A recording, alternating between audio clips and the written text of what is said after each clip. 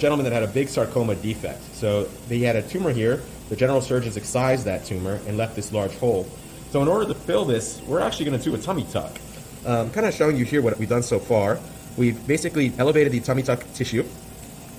And then what I did is I split it down the middle. We're going to essentially elevate and advance this tissue and cut that part off. You can see my proposed line there. And then on this bottom part, we're actually going to advance this right side. We've elevated all of this up.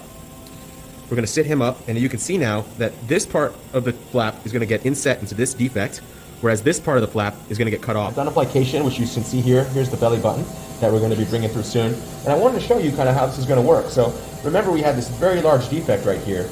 Well, I'm going to use some of the skin now to fill in that defect, and we're going to cut this skin off on this side. So essentially, we've given him a tummy tuck, and we've preserved the flap from the abdomen to reconstruct our sarcoma defect in the thigh. Okay, so we've completed the procedure, and as you can see, we've removed that tissue over here to give him a nice abdominoplasty scar, and then that extra tissue that we had on this side, we now use to inset and close that big sarcoma defect.